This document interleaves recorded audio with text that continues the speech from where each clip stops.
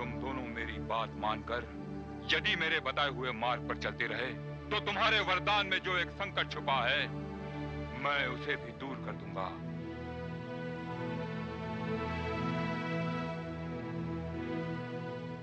चलिए गुरुदेव, दानव लोग आपकी प्रतीक्षा कर रहा है। नहीं नहीं, ये नहीं हो सकता, नहीं हो सकता। ये तो बहुत ही अशुभ समाचार है। असुर कुल गुरु शुक्राचार्य को शुंभ और निशुंभ अपने साथ ले गए हैं। मुझे भय है वरुण देव कि वे अब शुंभ और निशुंभ का वध नहीं होने देंगे। और उधर मां भगवती कैलाश पर पुनः प्रकट होकर वहां से चल भी चुकी है। देवराज, क्यों ना हम सब कुछ देवी भगवती पर ही छोड़ दें? आप सत्य कह रहे हैं वरुण देव, सत्य कह रहे हैं आप। अब हमें देवी भगवती की शरण में जाना होगा। आइए मेरे साथ।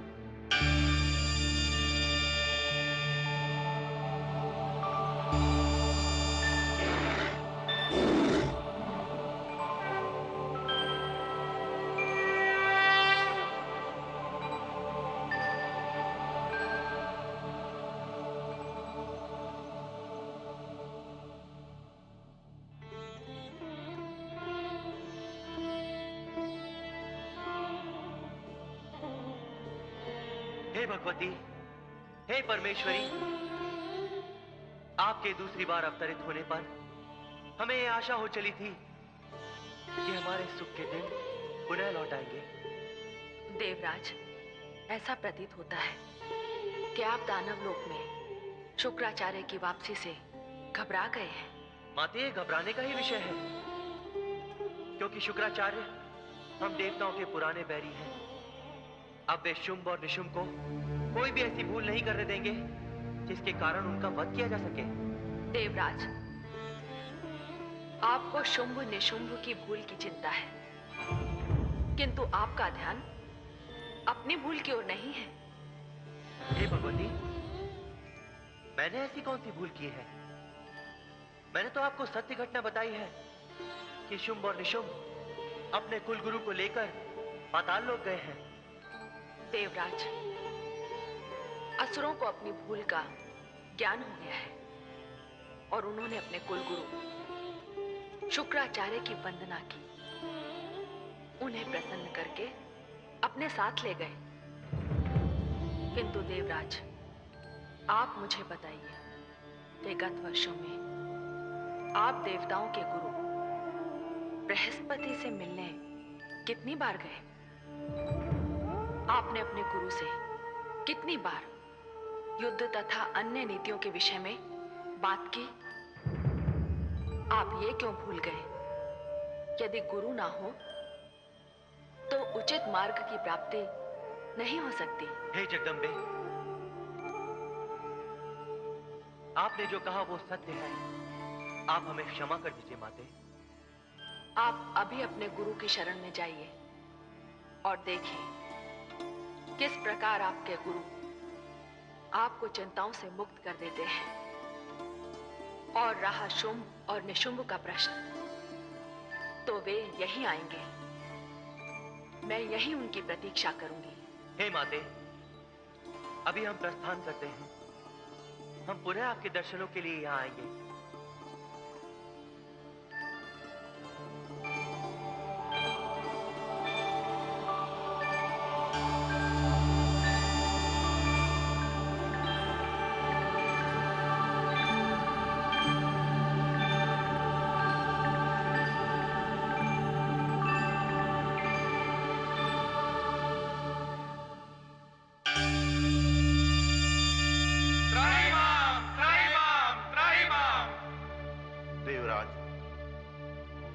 तथा अन्य देवगण, क्या बात है?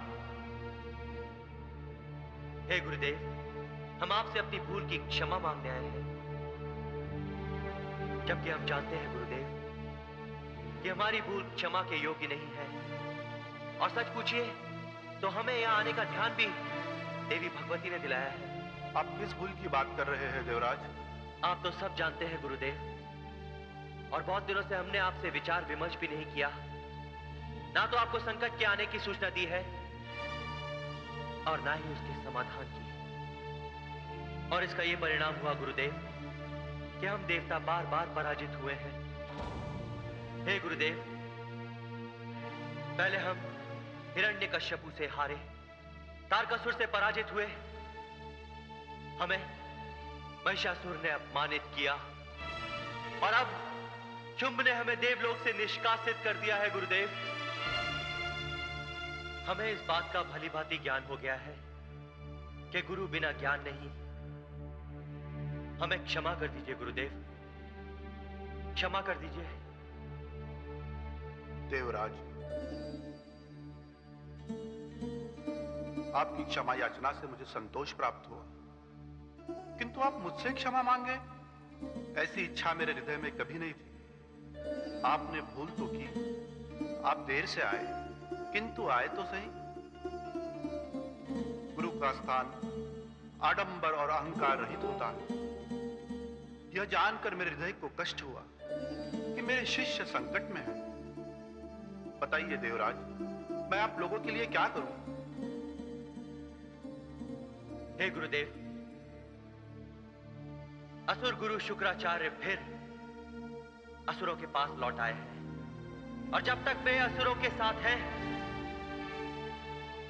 तब तक शुंभ और निशुंभ कोई भी ऐसी भूल नहीं करेंगे जिसके कारण उनका वध किया जा सके। मैं समझ गया देवराज, आपकी चिंता का कारण दानवराज शुंभ नहीं, गुरु शुक्राचार्य है। ठीक है, मैं आप सबको अपनी ओर से आश्वासन देता हूं कि आपकी चिंता के कारण को दानवों से दूर कर दूंगा। यह देव कुलगुरु बृहस्पति का वचन है।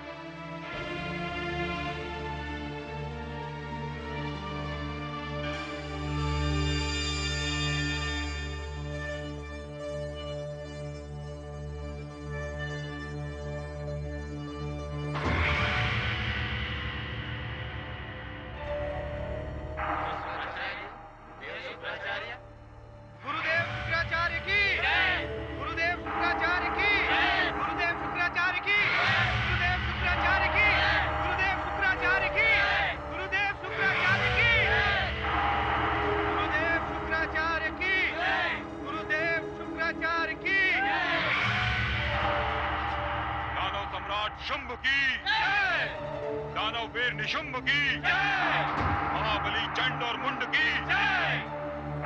हे दानव सम्राट, कृपया सिंहासन ग्रहण कीजिए।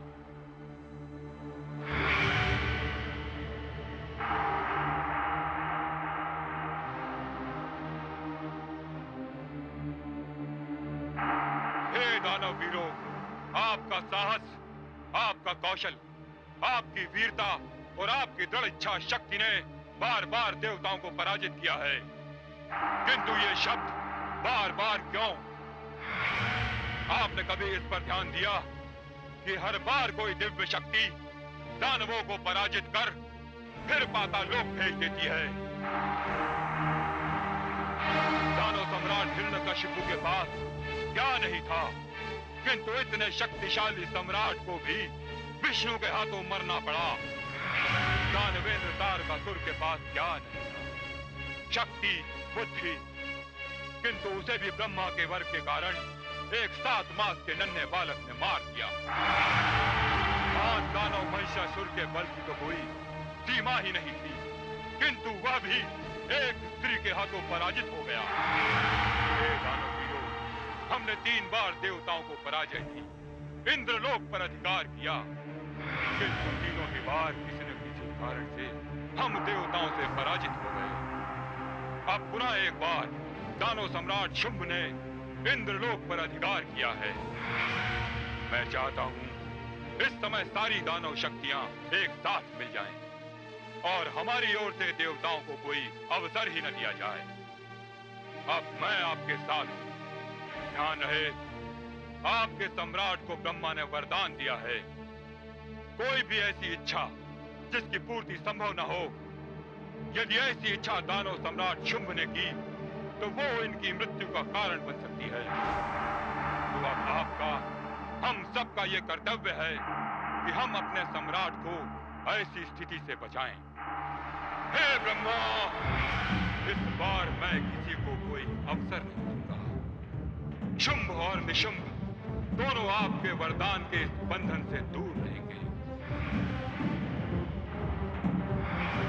गुरुवर शुक्राचार्य की जय! गुरुवर शुक्राचार्य की जय! गुरुवर शुक्राचार्य की जय!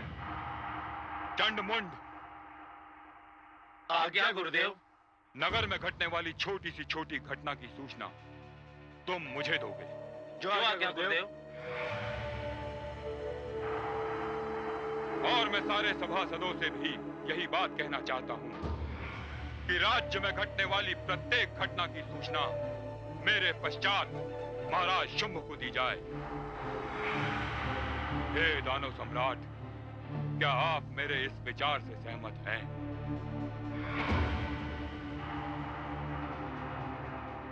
हे गुरुदेव, आपका हर वचन मेरे लिए माता पिता के वचनों से भी अधिक महत्वपूर्ण है।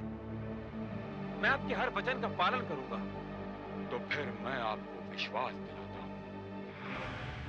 तारकासुर और महिषासुर की कथा अब दोहराई नहीं जाएगी।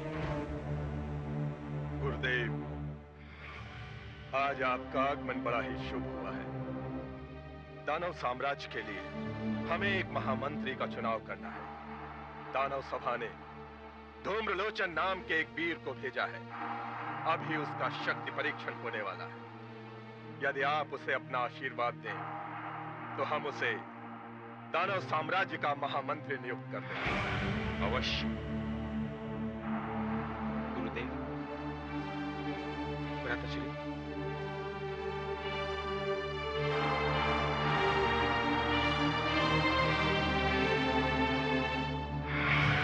धूम्रलोचन को प्रस्तुत किया जाए।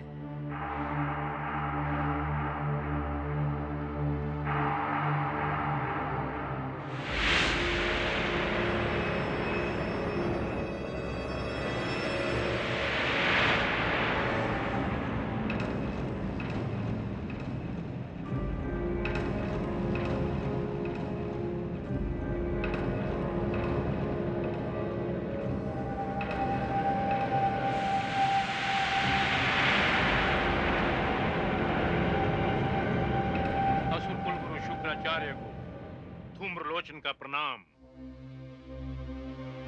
महाराज की जय हो। महाराज, मैं आपका अधिक समय नहीं लूंगा।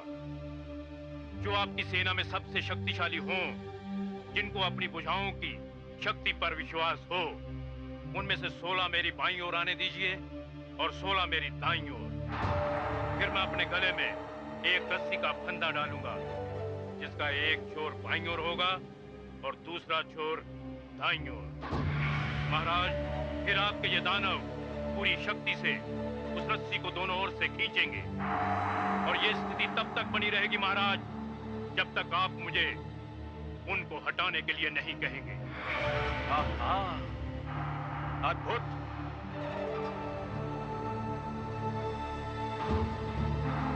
गुरुदेव, आज्ञा है वत्स। प्रणाम गुरुदेव।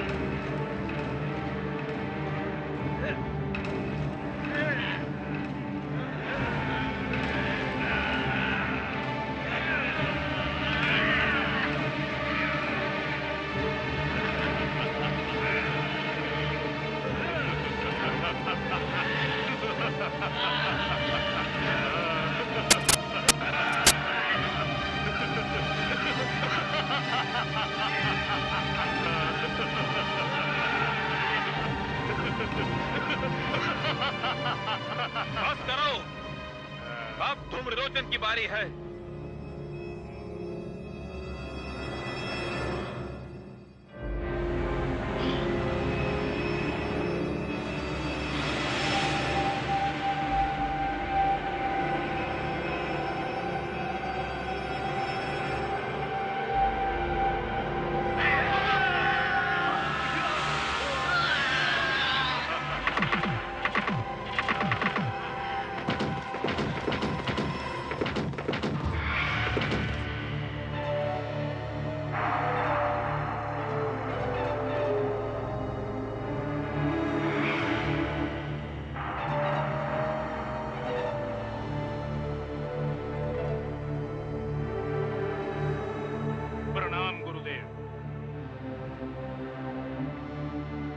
निसंदेह तुम दानव सम्राट शुंभ के महामंत्री बनने के योग्य हो।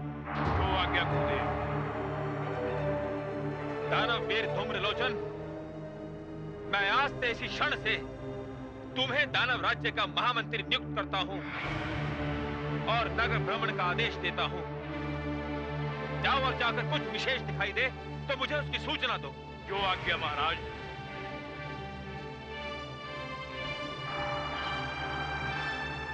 अब मैं आश्रम की ओर जा रहा हूं। मेरे आश्रम के द्वार हर दानव के लिए सदैव खुले हैं।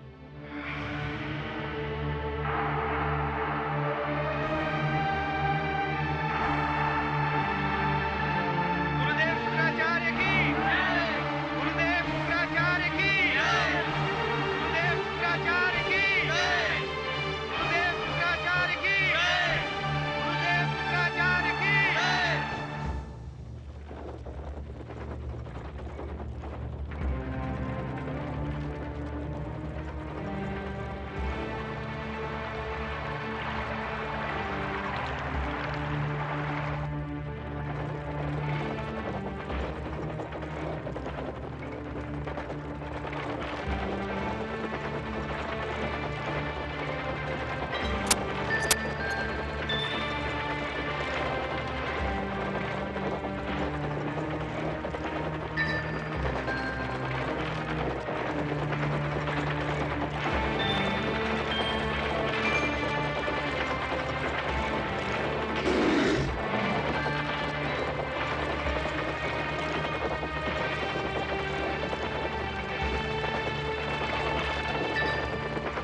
सारथी, रथ रोको।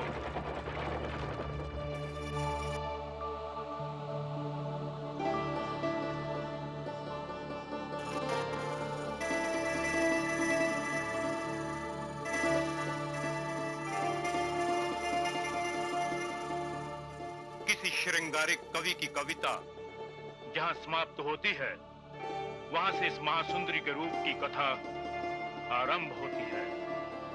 मैं सोच भी नहीं सकता कि कोई स्त्री इतनी सुंदर हो सकती है। यदि आज मैं नगर भ्रमण करने न निकला होता तो इस महासुंदरी के दर्शन करने से वंचित रह जाता। चलो चलकर अपने महाराज के समक्ष इसके रूप की प्रशंसा करता हूं, क्योंकि ऐसे सौंदर्य के अधिकारी तो केवल हमारे महाराज शुंभ असुरकुल नंदन ही हो सकते हैं। किंतु महामंत्री जी, असुर सम्राट को सूचना देने से पहले गुरुदेव शुक्राचार्य को इसकी सूचना देनी चाहिए। ये उनका आदेश है कि इस नगर में कोई भी नया प्राणी आए तो उसकी सूचना उन्हें सबसे पहले मिलनी चाहिए। क्यों? इसकी क्या आवश्यकता है? आवश्यकता है महामंत्री जी। असुर कुल गुरु को देवताओं के छल का कोई संदेह होता है, इसलिए हम सबने उन्हें वचन दिया है कि इस नगर में घटने वाली किसी भी घटना का वर्णन हम सबसे पहले गुरुदेव शुक्राचार्य के समक्ष करेंगे। तो ठीक है, मुझे कोई आपत्ति नहीं। सबसे पहले गुरुदेव के आश्रम चलते हैं। सारथी, रथ घुमाओ।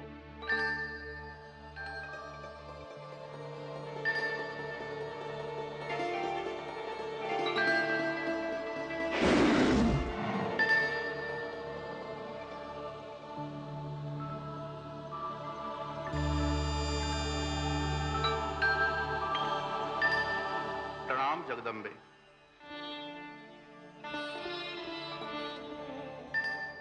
आइए देवगुरु। हे जगदम्बे, आपको कोटिशा धन्यवाद। देवगुरु, धन्यवाद का कारण? आपने जब देवताओं को मेरा स्मरण करवाया तब वे मेरे पास आए। इसमें धन्यवाद की क्या आवश्यकता थी? हे देवगुरु, मैंने तो उन्हें उनका कर्तव्य स्मरण करवाया। वे आपके पास आए, इसीलिए उनकी रक्षा हो जाएगी। और इस समय आपके मेरे पास आने का कारण भी तो यही है। महामंत्री धूम्रलोचन ने मुझे देखा और अब वो असुर सम्राट शुंभ को मेरी सुंदरता के बारे में बताना चाहता है, किंतु असुर सम्राट को सूचना देने से पहले वो असुर गुरु शुक्राचार्य के पास जा रहा है। वो यदि वहां पहुंच गया। नहीं जगदम्बे, वो वहां नहीं पहुंचेगा। आपकी इच्छा के विरुद्ध इस संसार में कुछ भी नहीं हो सकता। मुझे आज्ञा दीजिए।